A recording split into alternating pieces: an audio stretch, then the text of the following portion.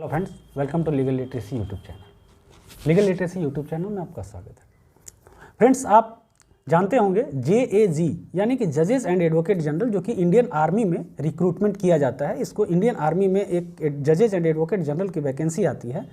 इसके बारे में पहले भी मैं वीडियो बना चुका हूँ। जब पिछले साल इसकी वैकेंसी आई थी तो उसके बारे में मैं वीडियो बना चुका हूँ। आप उसको देख सकते हैं। देखने के बाद ये आपको पता चल जाएगा कि जजेस एंड एडवोकेट जनरल की वैकेंसी में रिक्रूटमेंट के लिए क्या एलिजिबिलिटी क्राइटेरिया होता है और क्या वो होता क्या है जजेस एंड एडवोकेट जनरल। ठीक है, तो आप सबको पता होगा कि जजेस एंड एडवोकेट जनरल होता क्या है। अगर नहीं पता है तो मैं बता दूं कि जजेस and advocate general are the legal adviser to the chief of army staff in matters of military, martial and international law. तो फ्रेंड्स, ये इस समय न्यूज़ में है। अब न्यूज़ में क्या है कि इसको चैलेंज किया गया है सुप्रीम कोर्ट में। इसकी वैलिडिटी को चैलेंज किया गया है कि क्या जजेज एंड एडवोकेट जनरल का जो ये पोस्ट है, इसमें कुछ ऐसी बातें हैं जो कि violative of the constitution of India है। ठीक है, आर्टिकल 14 एंड 21 के कॉन्स्टिट्यूशन ऑफ इंडिया को वायलेट करता है, ये बताते हुए इसको चैलेंज किया गया है। इसमें चैलेंज क्या किया गया ये देखते हैं। तो सबसे पहले फ्रेंड्स, इसमें चैलेंज एक एलिजिबिलिटी क्राइटेरिया है इसका, उसको किया गया है, जो कि article 14 and 21 of the constitution of India को वायलेट करता है। तो केस को समझते हैं फ्रेंड्स कि एक एडवोकेट हैं, एडवोकेट कूस कालरा, उन्होंने एक PIL फाइल किया और ये कहते हुए कि ये इंस्टीट्यूशनल डिस्क्रिमिनेशन है। अब क्या डिस्क्रिमिनेशन है कि जैसा कि आप देखते होंगे जजेज एंड एडवोकेट जनरल का जो एग्ज़ाम होता है, जो रिक्रूटमेंट होता है, तो उसमें एक एलिजिबिलिटी क्राइटेरिया कंडीशन होता है कि अनमैरिड मेल और female minimum age 21 years, maximum 27 years can apply. ठीक है, अब 21 साल से 27 साल के एज के लोग इसमें अप्लाई कर सकते हैं, लेकिन कंडीशन ये है कि वो अनमैरिड होने चाहिए।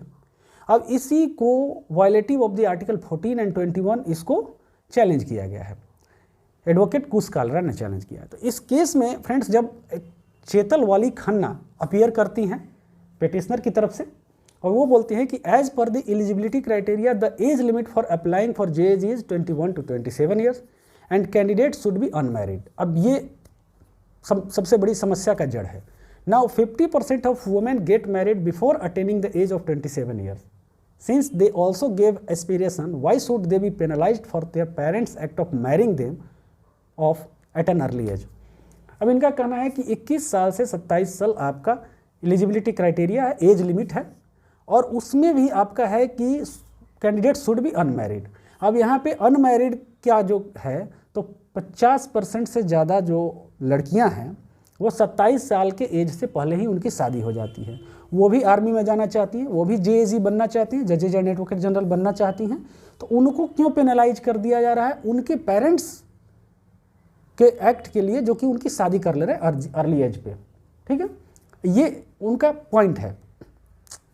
तो फ्रेंड्स, थोड़ा सा हम इसमें ये बात कर लें कि पहले 2017 तक ये अनमैरिड वाली जो कंडीशन थी सिर्फ वुमेन के लिए थी, यानी कि मैरिड कपल जो थे, मैरिड मेल जो थे, वो अप्लाई कर सकते थे, लेकिन मैरिड वुमेन अप्लाई नहीं कर सकती थी। तो सेम जो एडवोकेट अभी जिन्होंने PIL फाइल किया, इन्होंने PIL फाइल किया था इसके अगेंस्ट, इसको बताते हुए कि it is the violation of the article 14 equality before law. ठीक है, आर्टिकल 14 समानता का अधिकार का ये वायलेशन है। अब उस समय गवर्नमेंट ने एक कोरिजेंडम इशू किया 14 अगस्त 2017 को, और उसमें इस क्राइटेरिया को अमेंड कर दिया। अमेंड करके क्या किया कि अब मेल और फीमेल दोनों ही अनमैरिड होने चाहिए। ठीक है, और eligibility for various entry schemes of army including JAG। ठीक है, अब सिर्फ JAG में नहीं, आर्मी के बहुत सारी वैकेंसी जाती हैं, उसमें अनमैरिड कैंडिडेट चाहिए, और उनको अब इसमें यह कर दिया गया कि मेल और फीमेल दोनों ही अनमैरिड चाहिए। ठीक है, इसके बाद तो पिटीशन को विड्रॉ कर लिया गया, लेकिन एक फ्रेश पिटीशन इन्होंने लाया इस एडवोकेट ने। अब इन्होंने अनमैरिड होने के कंडीशन को ही चैलेंज किया। पहले था कि वुमेन को अनमैरिड मांग रहे हैं, मेल को मैरिड भी चलेगा, तो ये वायलेशन है, violation of the article 14 of the constitution of India.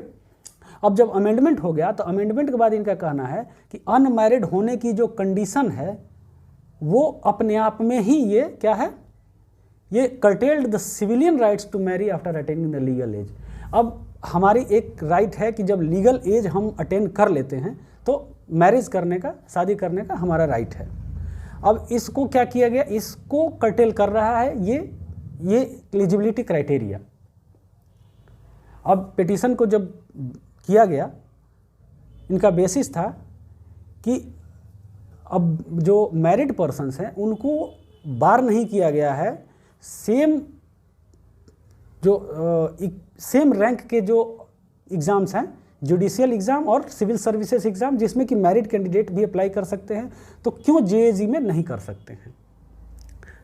Prayer था इनका फ्रेंड्स कि इस स्पेशल आर्मी इंस्ट्रक्शन 1992 और 2017 जो कि मैरिड वुमेन और मेन को अप्लाई करने से रोकता है, इसको वाइड डिक्लेयर किया जाए, being violative for the provisions contain in part 3 of the constitution of India. अब part 3 of the constitution of India के प्रोविजंस को वायलेट करने के लिए इस कंडीशन को, इस क्राइटेरिया को क्या किया जाए, वाइड डिक्लेयर किया जाए। जैसा कि आपको पता है फ्रेंड्स कि कोई भी लॉ, ठीक है, लॉ ऑर्डर रूल कुछ भी अगर वायलेट करता है किसी भी फंडामेंटल राइट्स को, तो उसको वाइड डिक्लेयर कर दिया जाता है, ठीक है, अंडर आर्टिकल 13। ये जुडिशियल रिव्यू का पावर है। जब मामला कोर्ट में पहुंचा फ्रेंड्स, दिल्ली हाई कोर्ट में 2 जजेस की बेंच थी, जिसमें चीफ जस्टिस सतीश चंद्र शर्मा और जस्टिस सुब्रमण्यम प्रसाद थे। गवर्नमेंट से रिप्लाई मांगा। गवर्नमेंट से सवाल पूछा गया कोर्ट के द्वारा कि what is the rational of marriage and eligibility criteria. आप इसको एक एफिडेविट पे दें कि जो पर्सन आर्म्स के लिए ट्रेंड है शादी नहीं कर सकता है। इस पॉलिसी को आप रिकॉर्ड पे लाइए, क्योंकि हमें नहीं लगता कि मैरिज और ट्रेनिंग में कोई रिलेशन है। कोर्ट ने नोटिस इशू किया ministry of defence and directorate general of recruiting of the army, Indian army, ठीक है, कि उनका स्टैंड इस PIL पे क्या है। गवर्नमेंट की तरफ से friends advocate additional solicitor general Chetan Sharma आए और इन्होंने कहा कि the marriage and training has को relation as the selected candidates have to undergo rigorous training. The bench asked him to file an affidavit in the explain. अब इसमें क्या किया कि इनका कहना था कि मैरिज और ट्रेनिंग का को रिलेशन है, क्योंकि जो सिलेक्टेड कैंडिडेट्स हैं उनको बहुत ही रिगरस ट्रेनिंग, बहुत ही कठोर ट्रेनिंग पर जाना होता है, ट्रेनिंग करना होता है। बेंच ने कहा कि ठीक है, आप एफिडेविट में एक्सप्लेन कीजिए, ठीक। अब कोर्ट ने यह भी कहा कि the question is if a person is married and goes for arms training, how is that going to affect his training.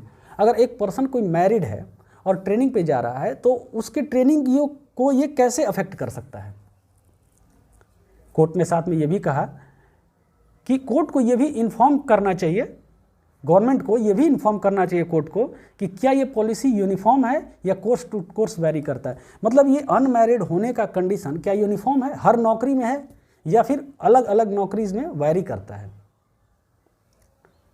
अब ट्रेनिंग की बात जहाँ तक आई, जब एडिशनल सॉलिसिटर जनरल ने कहा कि ट्रेनिंग में जाना होता है, कोर्ट का कहना था कि you might not have your spouse with you at the time, but how does your marriage comes in the way।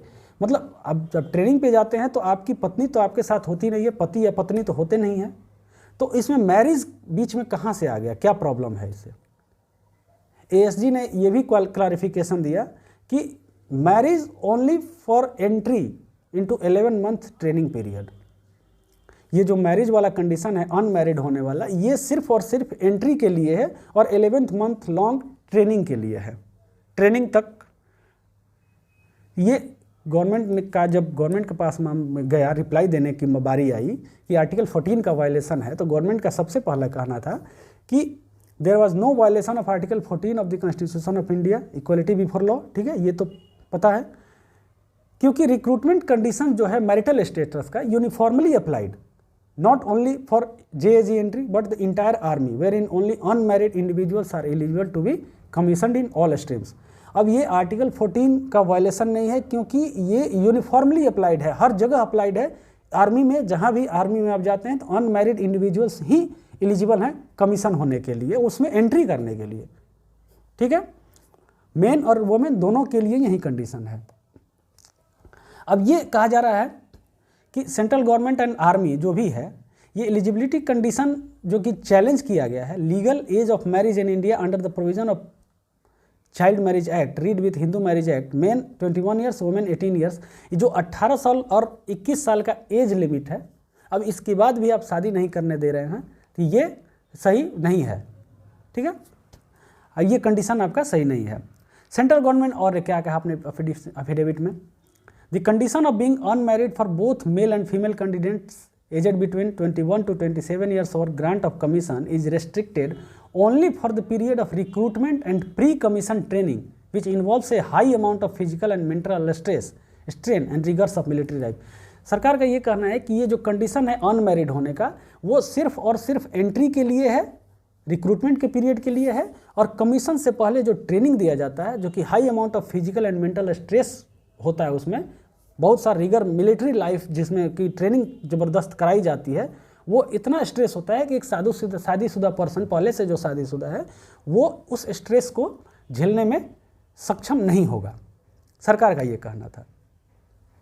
सरकार का ये भी साथ में कहना है कि एक बार अगर उस लेडी कैडेट या जेंटलमैन कैडेट का ट्रेनिंग कंप्लीट हो गया और कमीशन मिल गया, ठीक है, उसके बाद शादी करने का कोई बार नहीं है, और अपने नेचुरल कंसिक्वेंसेज में उनको सारी बेनिफिट, सारी सुविधाएं मिलेंगी। प्रेगनेंसी का मिलेगा, सर्विस बेनिफिट्स मिलेगा, maternity leave, child care leave, paternity leave, married accommodation, सब कुछ मिलेगा। तो कोई discrimination on the ground of marital status यहाँ नहीं है, ठीक है। सरकार का बस ये कहना है कि रिक्रूटमेंट और प्री कमीशन ट्रेनिंग, यहाँ तक अनमैरिड होने का कंडीशन है। अब 2019 में भी गवर्नमेंट ने एक एफिडेविट दिया था कोर्ट में कि the right to marry can not be a right to life under the constitution of India and there was no discrimination on the basis of marital status of the candidate. अब यहाँ अजीब सा reply आया है। Government का जो affidavit था, ये हमारे हिसाब से एज ए एडवोकेट, लॉयर, जो भी आप कह लो, या लॉ टीचर जो भी कह लो, इसके हिसाब से, या लॉ के जानकार अगर आप हैं, तो ये अब अजीब रिप्लाई है थोड़ा। The right to marry can not be a right to life under the constitution of India and there was no discrimination on the basis of marital status.